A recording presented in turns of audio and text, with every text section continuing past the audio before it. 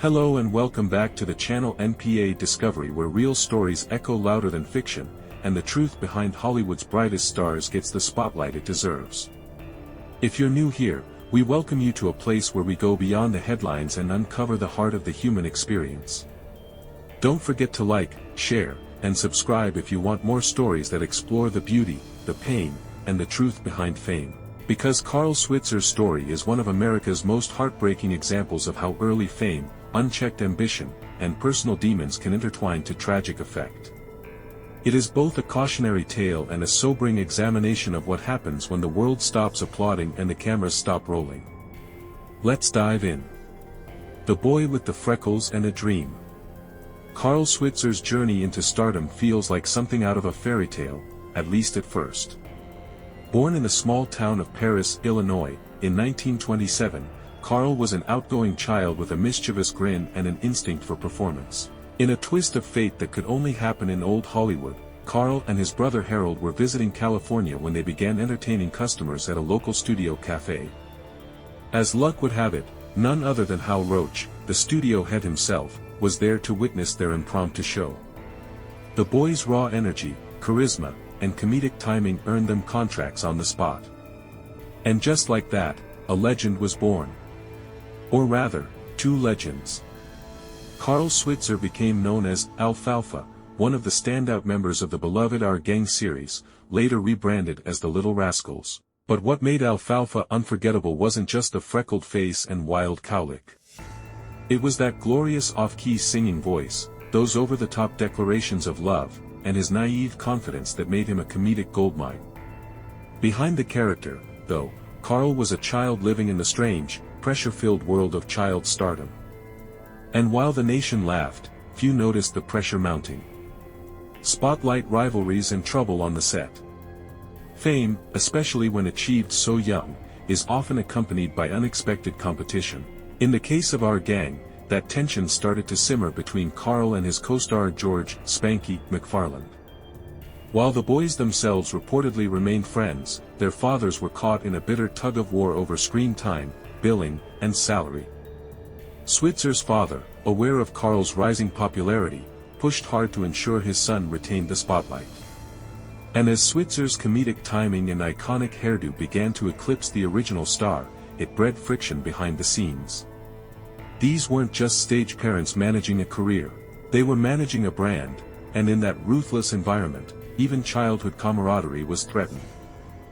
Switzer himself, perhaps trying to find release from this growing pressure, became known for his pranks. They started innocently enough but escalated into dangerous territory. One of his most notorious pranks involved placing fishhooks in Spanky's pockets, a stunt that resulted in a serious injury requiring stitches. It was a dark foreshadowing of how Carl's lack of boundaries would echo throughout his life. Fading lights, life after the gang. As Carl grew older, his youthful charm became a liability.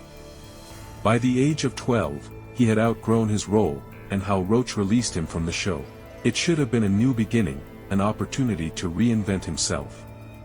But instead, it marked the start of a long, painful decline. Switzer's attempts to stay in show business were earnest but increasingly desperate. He appeared in minor roles, some embarrassingly forgettable.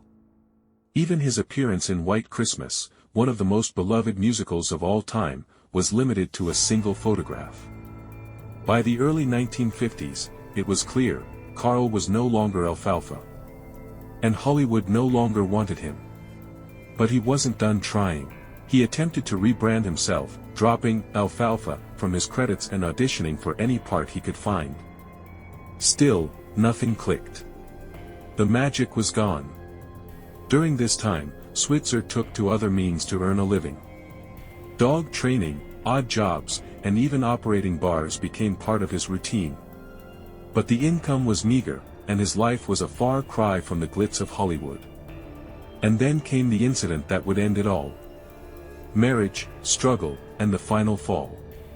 Desperate for direction, Switzer married Diana Collingwood in 1954, a woman he'd only dated for 3 months. Diana came from a wealthy grain trading family, and it seemed that Carl hoped for a new life, away from the glare of failure. But married life was anything but peaceful. By 1956, Diana was pregnant, and Carl was nearly penniless. With his acting career stalled, the pressure mounted. In a bid to salvage things, Diana's family offered the couple a farm in Kansas. But the idyllic pastoral life turned out to be a nightmare for Carl. He hated the isolation. He hated the work. He wasn't a farmer, he was a former star reduced to doing chores. Within a year, he'd had enough. He abandoned not just the farm but his marriage and child. He returned to California, alone. It was a decision that many judged harshly, and rightly so. But it also reflected a man who had no idea how to be anything other than Alfalfa. The world had never prepared Carl Switzer to grow up. And now, in his late 20s, he was floundering. In 1958, his unraveling life took a violent turn. While walking to his car, he was shot in the arm, an incident that remains unsolved to this day. It was just the beginning of a dark chapter that would end in tragedy. A dog, a debt, and a deadly confrontation. Carl Switzer was broke. His acting prospects had all but vanished, and the dream of television stardom had dimmed into near oblivion. So, he leaned into one of the few passions that remained steady in his chaotic life, dog training. This wasn't just a hobby, it had once connected him to Hollywood's elite. James Stewart, Henry Fonda, even Roy Rogers had once trusted Carl to train their hunting dogs. It was a glimmer of dignity in an otherwise crumbling life. But in early 1959, a simple job involving a hunting dog would lead Carl down a path from which he would never return. Switzer was helping a man named Moses "Bud" Stilts train his dog. During a session in the Sequoia National Forest, the dog ran off chasing a bear and never returned. Despite Carl's efforts to retrieve the animal, it was gone. Stilts was furious. This wasn't just a dog, it was a prized companion and likely a valuable investment. Switzer, ever eager to resolve the issue, did what he could. He placed an ad in a local paper offering a $50 reward and waited tables at a bar while hoping someone would turn up with the dog. A few days later, someone did. The dog was found and returned to Carl at the bar. Overwhelmed with relief, Switzer gathered $35 in cash and paid the rest of the reward in liquor bottles, an impromptu solution from a man with little money but big gratitude. Carl then returned the dog to Bud Stilts, assuming all was forgiven. It should have been the end of a brief misadventure. But it wasn't. The stolen dignity and a deadly dispute.